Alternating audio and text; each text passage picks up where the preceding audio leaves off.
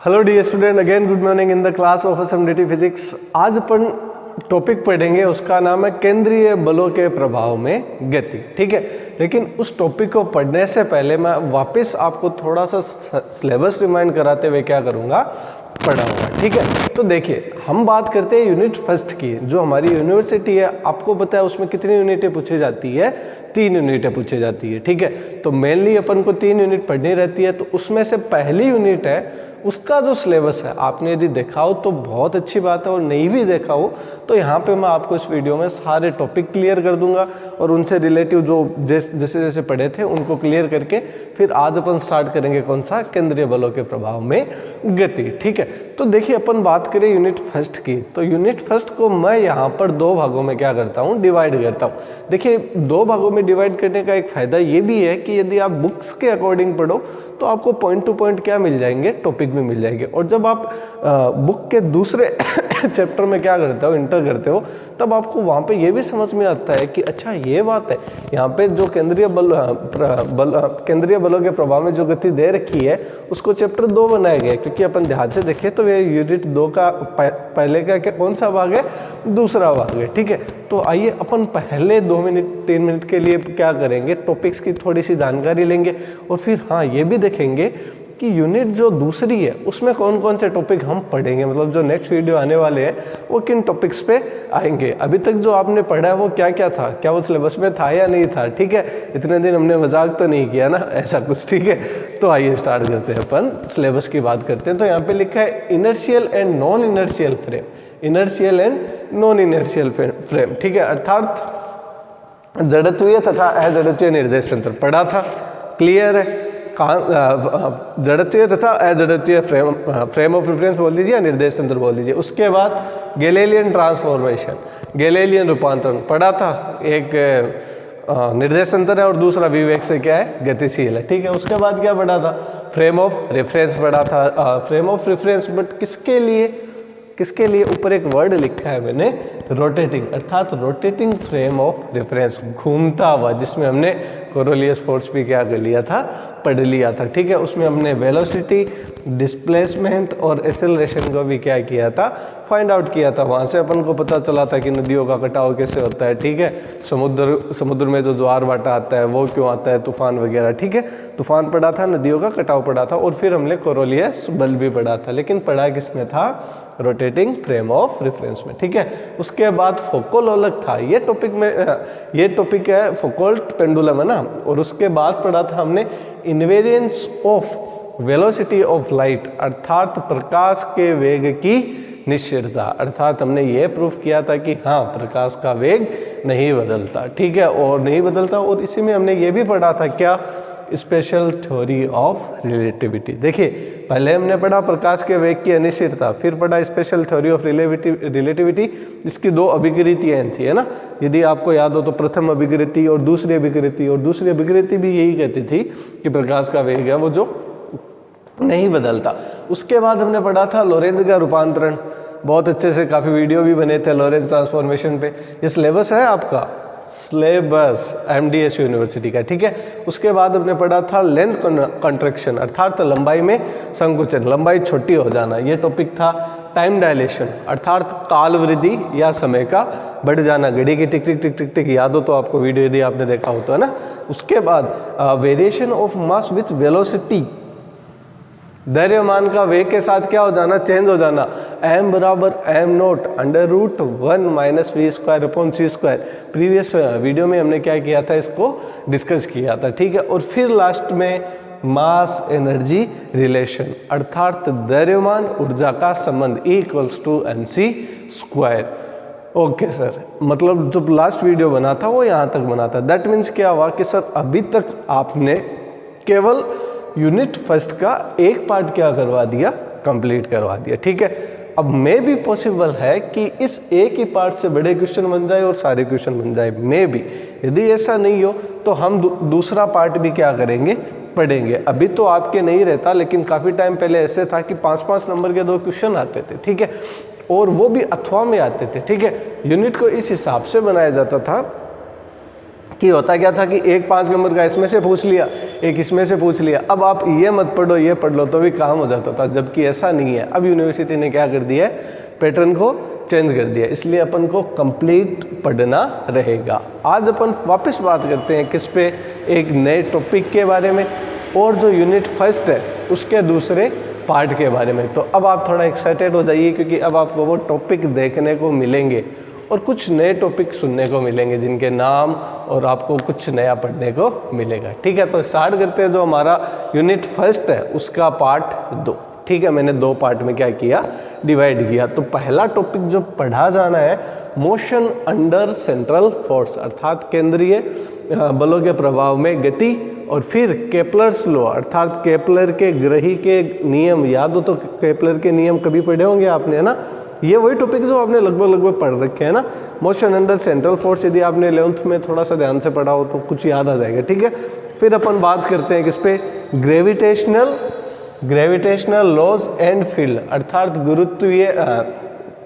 गुरुत्वाकर्षण के नियम और उसका क्षेत्र। सॉरी, यहाँ पे थोड़ा सा पेन है इसलिए बोलने में दिक्कत हो रही है। ठीक है, तो इसलिए मैं थोड़ा सा धीरे ही बोल पाऊंगा।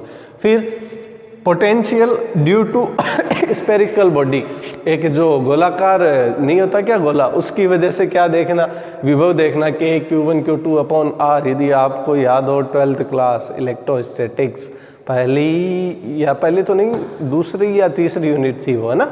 तो उसमें हमने पढ़ा था क्या, विभव वगैरह वगैरह। ठीक है, उसके बाद वो किसी गोलाकार के लिए, गोलीय कोष के लिए, ठोस गोले के लिए, इतना तो नहीं पढ़ना बट थोड़ा सा पढ़ना है। ठीक है, तो नेक्स्ट जो पढ़ेंगे ये टॉपिक्स हैं जो आने वाले हैं। ठीक है, गाउस एंड पॉइजन इक्वेशन, ये इंपॉर्टेंट है। गाउस एंड पॉइजन इक्वेशन है थोड़ी सी टफ, बट समझ में आ गई तो बड़े नंबर में पूछा जाएगा। फिर ग्रेविटेशनल सेल्फ एनर्जी, ये गाउस एंड पॉइजन इक्वेशन है, ये किसके लिए बनाना है, ग्रेविटेशनल सेल्फ एनर्जी के लिए। और इतना सा पढ़ते ही हमारी यूनिट कंप्लीट हो जाती है।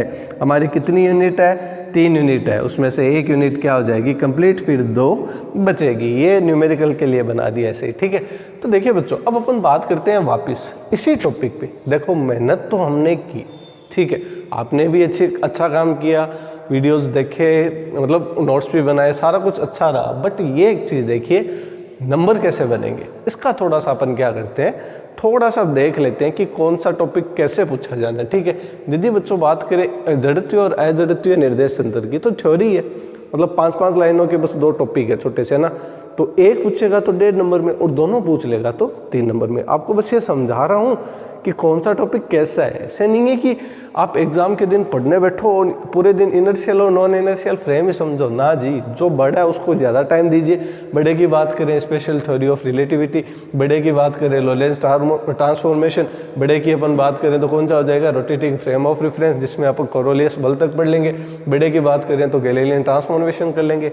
समझ पा रहे हो। और यदि छोटा पूछा तो गैलीलियन ट्रांसफॉर्मेशन का संक्षिप्त रूप भी पूछ लेगा। ठीक है, और ऐसा ही क्या रहेगा इसमें रहेगा। ये अभी हमने पढ़ा नहीं, तो हम यह नहीं कह सकते कि कौन सा बड़ा टॉपिक है कौन सा छोटा। अभी मैं तो बता दूंगा, पर आप पढ़ोगे ना तब आपको मज़ा भी आएगा, समझ में भी आएगा कि हाँ सर इस वीडियो पर, ये वीडियो तो आपने 8 मिनट का बनाया और एक ही दिन में करवा दिया। दैट मीन ज़्यादा से ज़्यादा किस में आएगा, 1.5 या 3 नंबर में। लेकिन लोरेंट्ज ट्रांसफॉर्मेशन की बात करें, पार्ट 1, पार्ट 2, पार्ट 3 इतने सारे बना रखे हैं, तो में भी बड़ा क्वेश्चन आ सकता है। तो ये एक किसी में छोटा होगा, किसी में बड़ा होगा। ठीक है स्टूडेंट, तो अब यहाँ तक हमने क्या किया, जो पढ़ा और जो पढ़ेंगे। सॉरी प्रॉब्लम है, इस वजह से थोड़ी आवाज़ धीरे ही रहेगी। ठीक है, जो पढ़ा और जो पढ़ेंगे। आज अपन ये जो थर्ड रीजन है जो आपको पूरा दिखाई नहीं दे रहा, अब इसकी बारी है। देखिए अब अपन स्टार्ट करेंगे क्या, आज बुधवार है, अच्छा दिन है।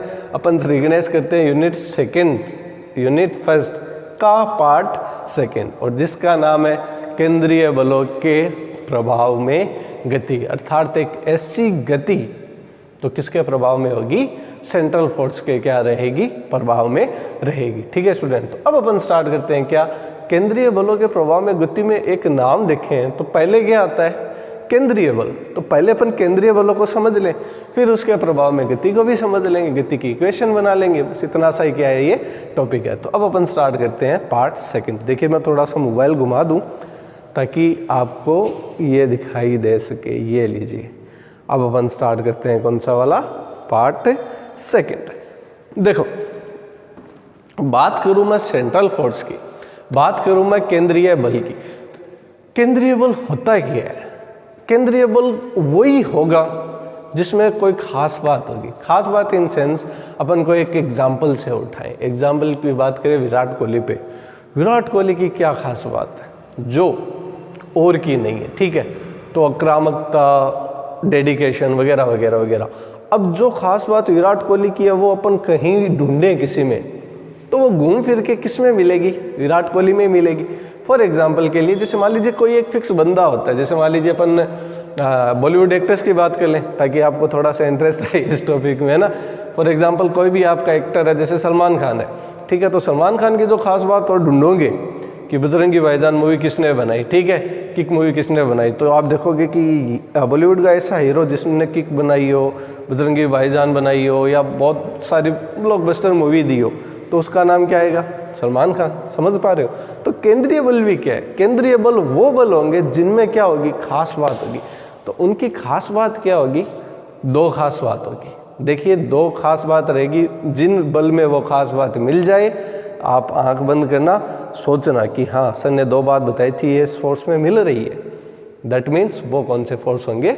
सेंट्रल फोर्स होंगे। तो पहली खास बात क्या है कि वो बल हमेशा एक नियत बिंदु की ओर लगेंगे। मैंने बोर्ड पे लिखा है, बल की क्रिया रेखा सदैव एक नियत बिंदु से गुजरे। और वो नियत बिंदु क्या होगा? बल क्षेत्र का केंद्र बिंदु होगा। देखिए, मैंने यहाँ पे लिखा है केंद्रीय बल, वो बल जिनमें यदि कोई दो बल ये विशेषताएं हो या जिनमें कोई ये दो विशेषता हो, क्या कहलाएंगे? केंद्रीय बल कहलाएंगे। अब उन विशेषताओं को मैं आपको क्या करूँगा? समझाऊंगा। जो लिखा है वो जो विशेषताएं हैं वो अपन क्या करेंगे? समझेंगे। तो देखिए, सेंट्रल फोर्स की अपन बात करें, तो देखिए बाद में मैंने लिखा बल की क्रिया रेखा सदैव एक नियत बिंदु से गुजरे। क्रिया रेखा का मतलब क्या है? देखना, वो भी बल की। यहाँ पर दो द्रव्यमान रखे आपने, ठीक है, एक रखा m1, एक रखा m2, ठीक है। या फिर उनको आपने गिराया इन सेंस आपने दो बॉल ले ली, टेनिस की दो बॉल हाथ में पकड़ के छोड़ा। बताओ वो दोनों किस तरफ गिरेंगी? नीचे की तरफ। तो बताओ उन दोनों पे जो बल लगा वो किस तरफ लगा? नीचे की तरफ। इसका मतलब ये हुआ उन दोनों बॉल को नीचे की तरफ एक फोर्स क्या कर रहा है? अपनी तरफ अट्रैक्ट कर रहा है। इसका मतलब यहाँ पर कोई भी जो फोर्स है, ठीक है, वो चाहे पृथ्वी के द्रव्यमान की वजह से हुआ हो, एग्जाम्पल के लिए बता रहा हूँ, तो वो जो फोर्स जो लग रहा है वो उससे पृथ्वी के केंद्र बिंदु से लगे, अर्थात उसके सेंटर से लगे। तो बताओ बल क्षेत्र किसकी वजह से पैदा हुआ? पृथ्वी की वजह से। अब मैं कह दूं कि पृथ्वी जो अट्रैक्ट करती है वो सेंटर से अट्रैक्ट करती है, तो बल की क्रिया रेखा एक नियत बिंदु से गुजरी कि नहीं गुजरी? देखो, इसके सेंटर से फोर्स लगा, नीचे की तरफ लगा, ये भी तो नीचे की तरफ आया और ये भी नीचे की तरफ आया, अर्थात बल की क्रिया रेखा सदैव एक नियत बिंदु से गुजरे। और उस नियत बिंदु को अपन बल क्षेत्र का क्या कहेंगे? केंद्र कहेंगे, ठीक है। दूसरी बात, यदि उस बल की वैल्यू अर्थात उस बल का मान अर्थात उस बल का परिमाण नियत बिंदु जहां से बल लग रहा हो तथा उस कण के मध्य, कौन सा कण? जिस पर बल लग रहा हो उस कण के मध्य की दूरी पर निर्भर करता हो, क्या कहलाएगा? केंद्रीय बल कहलाएगा। अब इसके एग्जाम्पल, पहला है गुरुत्वीय बल और दूसरा कूलॉम बल। अब आपको अच्छे से क्लियर हो गया। जब मैं आपको एग्जाम्पल बताऊंगा तब आपको अच्छे से क्लियर होगा। देखिए कैसे। गुरुत्वीय बल क्या होते हैं आप बताओ, यदि आपने थोड़ा बहुत पढ़ रखा हो। गुरुत्वीय बल यही है ना कि सर एक कोई द्रव्यमान है, कोई दूसरा द्रव्यमान है, एक आपस में क्या लगाते हैं? एक दूसरे को आकर्षित करते हैं, ठीक है। तो बताओ जो एक दूसरे को आकर्षित करते हैं और उस फोर्स का यदि मान निकालूं, क्या उसमें कहीं पर दूरी आती है? क्या आती है? इसका मतलब वह बल किसका फलन हो गया? दूरी का फलन हो गया। हमारी कौन सी शर्त पूरी हो गई? दूसरी शर्त। पहली शर्त देखो, बल की क्रिया रेखा सदैव एक नियत बिंदु से गुजरे, अर्थात ये जो दोनों बल लगते हैं उनमें जो आप दूरी लेते हो, ठीक है, F है तो बल ही, देखो M1 M2 तो कांस्टेंट है, G भी कांस्टेंट है, वेरी क्या करेगा, R करेगा। अब यदि R की डायरेक्शन इन सेंटर के बीच में हो जाए, अर्थात दोनों के बल क्षेत्र के केंद्र बिंदु से गुजर जाए तो हमारा काम हो जाएगा, और ये बात सही भी है। जैसे मैंने पृथ्वी का एग्जांपल बताया, यदि पृथ्वी इसको अट्रैक्ट कर रही है तो बल की क्रिया रेखा कहाँ पे है, सेंटर से जाती है ना, ऐसे का ऐसा किसमें मिलता है, कूलाम बल में। क्यों, F बराबर K Q1 Q2 upon R square, ठीक है।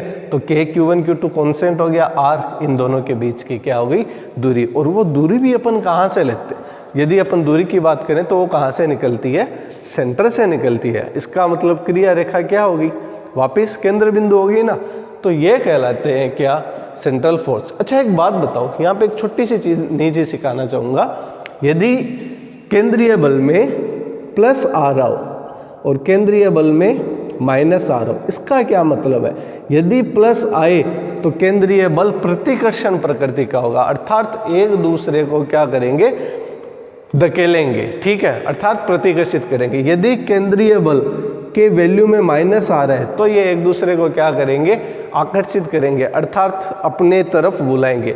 समझना चाहो तो आवेश वालों से समझ लो, यदि दोनों का चार्ज समान प्लस आया तो बताओ समान चार्ज क्या करते हैं, प्रतिकर्षित, दोनों का आवेश अलग अलग माइनस आया तो विपरीत चार्ज एक दूसरे को क्या करते हैं, आकर्षित। तो माइनस का मतलब आकर्षण प्रकृति, प्लस का मतलब प्रतिकर्षण प्रकृति। तो ये था वीडियो स्टूडेंट आपके लिए। आई होप ये आपको वीडियो पसंद आया हो।